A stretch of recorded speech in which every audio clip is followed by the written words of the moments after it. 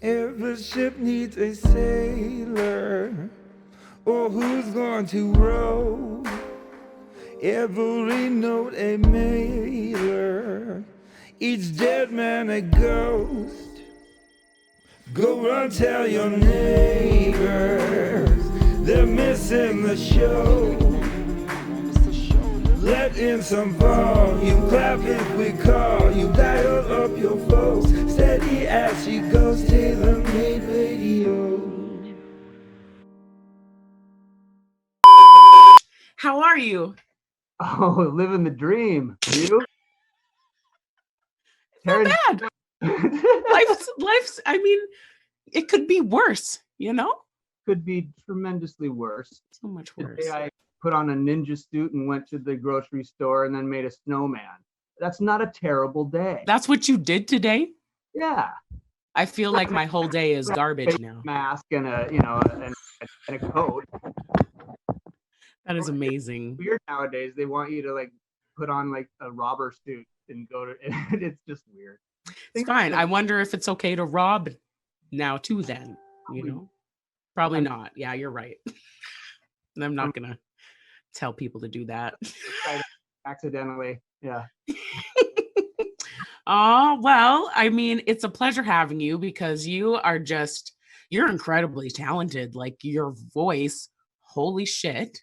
I don't think we have another vocalist like you on there, another opera singer. I haven't noticed one myself. No, like out of 140,000 people, you're it. Yeah, I'm kind of curious as to why that's the case, but for whatever, I'm cool. I will keep being the guy. That's cool. So tell me your journey with this. I mean, like, is this something that you've been doing for a long time, forever, since you can remember? Yeah, well, basically, I started singing. I'm just going to do something real quick. Okay. Yeah, there. I want to look there. All right. I don't know, because Yeah. It's okay. You know what? Hold on one second. I'm gonna do something real quick too because I messed up. I didn't turn off my notifications here, so we're just gonna do that right quick. Okay. All right. Oh, that's much better now. Okay. Good deal. Now that we're prepared.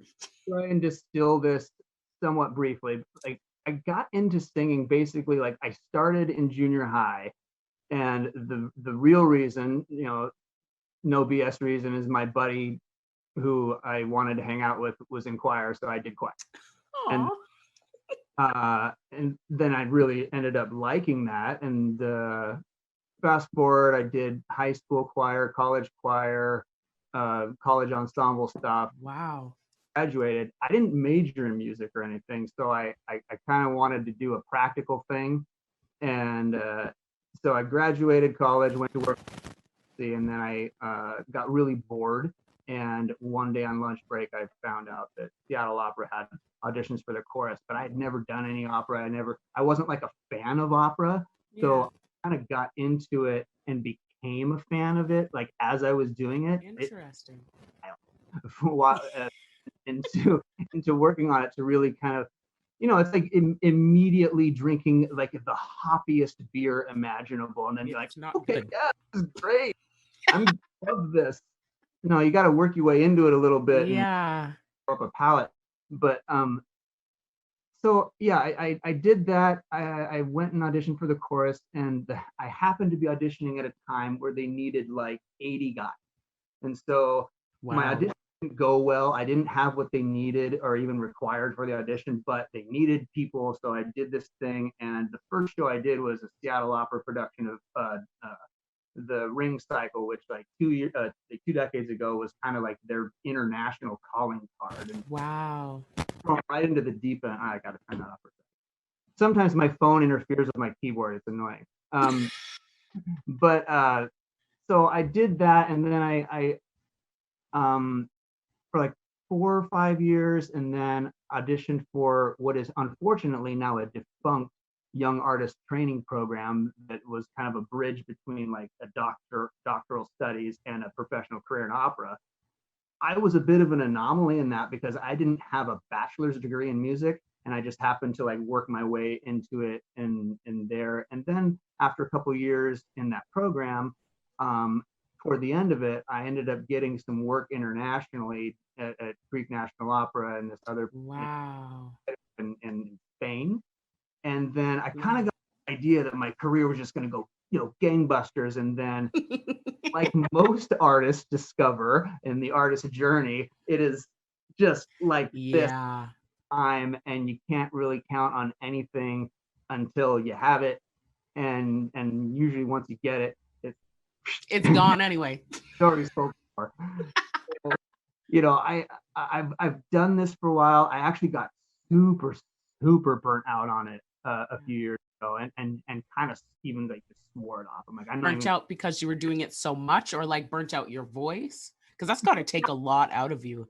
Well, vocally, yeah, it takes a lot out of you, but it was more of a professional burnt out from like trying and just not succeeding. And full disclosure, looking in the rearview mirror, I can see so clearly how my ego got in the way of my own progress. So I would completely do a lot of things differently, but I would also, I would approach things differently in so many regards. Being in like, I got to a place where I was pretty successful. I would say like about like a practice team in the NFL guy. But I still, I was like, I would still like tell people like, no, I know that guy. I work with that guy. Real. But you're not on the thing. Yeah. So it was just kind of like professionally, I got burnt out, and my burnt out of me like being gone a lot and not having it necessarily financially be worth it. And so yeah, I'm really enjoying this platform because I get to music that I love, but not with the same stress component that I had from doing full-length operas. And there's no expectations. Other than the ones I put on myself, which are still crippling. Like most people. Yeah, we're our biggest worst critics, and we just put all these expectations on ourselves that we don't even we never put on others. Even it's just so much on ourselves. It's so funny. It's funny and it's sad because it really does get in the way sometimes. I completely can relate. I happen to notice that your long post earlier today about just like there are certain things we can't control, but we can completely craft our reaction. We can craft it. We can take in information, emotional information, other information, and craft our response.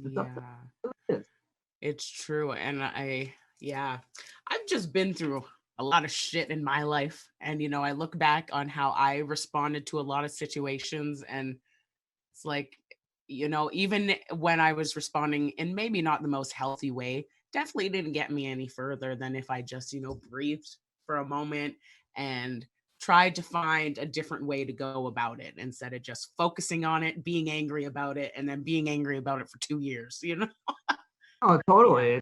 It's not dissimilar to like what I talk to my kids, my two boys, who I'm like, both of you, it doesn't matter who started it, both of you deserve a punch in the face. I don't recommend that either of you do that. Let's both choose not to do that. Yeah. We're not going to get what we deserve, and we got to really give up giving people what they deserve too. You know what I mean? Yeah. The whole word of karma, in a sense, things do catch up eventually, and it's not up to you to punish somebody for their wrongdoings, because also it's just a part of our journey. There's so many things like you're saying that you would have done differently. There's a lot of shit I would have done differently, but in the same way, it's like, what would my life have been without that too? If shit was just handed to you. It all frames your perspective. Yeah. All of the piles of crap that I step in remind me, oh, right, I don't like doing that. For a variety of reasons. I love it. Get that out of there. I don't know. And now everyone wants to call me right now. We're technical I never difficulties. get calls. But it's You know what? Neither do I. People know not to call me. I don't like phone calls. And yet people... It's usually a quick ignore. It doesn't even matter who it is. So, what has been your biggest transition during all of this? I mean, you mentioned you have 2 boys. I am also a mom. I know that alone is a huge transition right now. Yeah. And you know, my wife is here too, and we're here together. Oh, good. We've got a multi-generational situation here where, which is wonderful now. I mean, it's fantastic because we've got people and and we can interact, and it's lovely, and we can take care of each other a little bit. And but like, I don't want this to sound like whatever. Screw it. About 2.5 years ago, like the bottom fell out professionally and personally in so many areas. So like this kind of state that we're in, unfortunately, feels really familiar. Yes, I can relate. Like I've met some people, and I think I can tell that you're one of them. That like yeah, this made it a little worse, but I was kind of already here, and I think I can help people deal with it humorously, hopefully. Yes, it's true. You know, it's sad because there's people like scared about how they're going to feed their family. And it's like, man, I did that for 5 years as a single mom. It's scary. Let me tell you how to make a cheap dinner tonight that will last you a week. Yeah, I feel that. It's neat though, because we all get to be on the same playing level for once almost. Yeah. Compassion is huge now. It's neat seeing all of these people just do their thing from their home. And I like being equally, and I'm not a celebrity guy. I don't get like about that, but like I get super stoked about seeing people that I've never seen before just kind of like do something. I'm like, whoa. Yeah. That happens every day, frequently on the group. That's one of the coolest things about it. How did you find SDF? I don't know. But I'll tell you what, I got in early because I remember when it got to 20,000, I was like, holy shit, this thing's huge. So I was in pretty early, and I'm a member of like a lot of like local musician groups, and so I like, you know, I think I might have been like going through those, and then saw like that one, and then like this viral thing, and so I was like, oh, that looks cool. Cool. I didn't really get it for like for a little bit, but then I, you know, kind of figured out, on. Get on there and do your thing, and then and you kill it on there. You're so incredible. But I'm so awkward, and it feels so awkward to just like be in your room and just like play a song and then like wait for the applause. Okay, nothing. All right, are you enjoying this? Okay. Yeah, this is so weird. It is but getting the feedback, I know people that, and it's helping people, and it helps me. It helps do it. You know, we gotta let our light shine. Yeah, it's so true. Whether you are a, you know, whether you subscribe to that source material or not, you gotta let your light shine. Amen. Yes. Are your kids you know, musically interested in music as well? They are. Yes. They like playing. For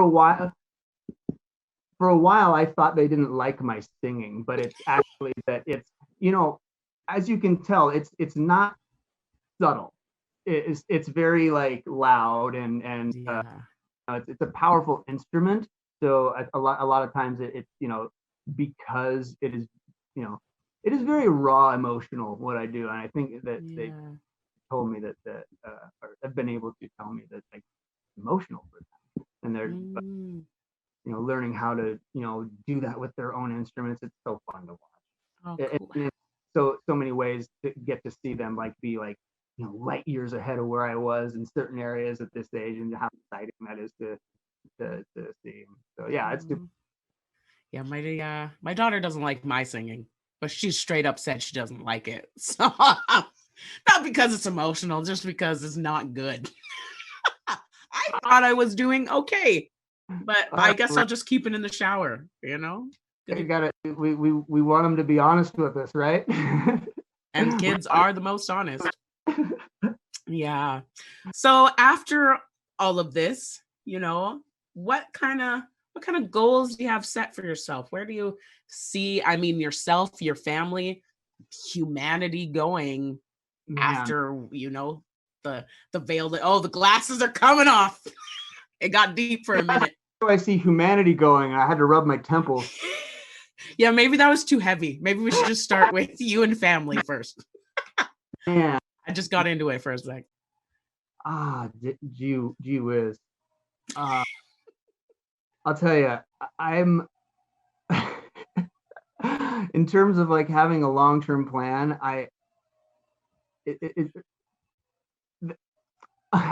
On March 6th, I was gonna go to Seattle and like do a show, but like I like did my own research and was like, oh no, I can't go there because there's gonna be this thing. What if they lock us down? And so because I didn't go there, like a whole bunch of things that I had going on out there are no longer going to be a thing. And I noticed that you made a comment about that my mustache, which I can objectively say is a fantastic mustache. It is fantastic. That's why. Where is it? I had to, for reasons, let go of it because it represented something that I needed to let go of that wasn't mine anymore. So I need to I needed to get to peace with that, and B, now that I need to grow that mustache back. So needs to come back. Yeah, and I'm gonna do it over the course of the next month, and you know, everybody on the group can check it out. It'll be, you know, and it's gonna grow at a certain rate where, you know, you won't really notice it, and then one day it'll just be like, there's this mustache, and it's gonna be amazing, and I can't wait to watch this. Well, what'll likely happen is like a lot of people are like, oh hey, there's another bald guy with a beard, and that's kind of one of the reasons I initially shaved it into a mustache in the first place, is because I don't know if you noticed this, but there are plenty of middle-aged white dudes with beards that are bald. We're like, you know what? I'm not complaining though. No, it's all good. Might be what I'm into. I wanted to mix it up. I was in a Queen tribute band too, so it made sense. Amazing. I love it. I love it. Well, you know, we really appreciate having you there. I think you're a very interesting human. I think you're incredibly talented. I love your voice. I think whatever you do is just going to be amazing. I think you're going to do some amazing things with your voice and your personality and you're shining your light to the world, because you definitely shine it bright. I love it. Thank you. Yeah. Is there anything you'd want to share with the people before we go, where people can find you? Are you doing things independently still? Yeah, well, I moved from Seattle to Michigan about 2.5 years ago. Okay. I still went out there to do gigs and stuff, but that's not going to be happening. I'm trying to establish some roots out here. So before this lockdown occurred, I made a couple connections with some local people here, and I've got like a few bands and musicians that I want to work with, but I'm not freaking out, but rather I'm kind of excited about the fact that I've got a pretty blank slate, and yeah, I'm meeting a lot of really interesting people that, you know, I would really like to collaborate with. Yeah. You know, songwriter, but I bet there's people that could write some really cool songs for me. Yeah. And I mean, even in the group with 140 people in there, I already see and hear so many cool collaborations that could happen in so many different genres of music too. Yeah. Yeah. Yeah. Well, keep Yeah, up I'm on on it. Facebook. I have a website. I've got the face and the Instagram and the YouTube channel. Cool. So yeah, it's Facebook /Marcus Shelton Tenor. Same thing with YouTube. It's Marcus Shelton Tenor, and with And your Instagram. it's Cool Uncle Marcus with underscores. On Instagram? Yeah. Who's Mark? Cool Uncle I Marcus. guess, oh, Uncle Marcus. I was like, I guess Mark is short for Marcus. That would be a thing. I Mark for a long time in like grade school, and I think that it was Really? because I liked being having a name that I recognized that other people had. It wasn't until later that I was like, no, I like Marcus. I'm Yeah. Yeah, you're Marcus for sure. You're definitely a Marcus. Yeah.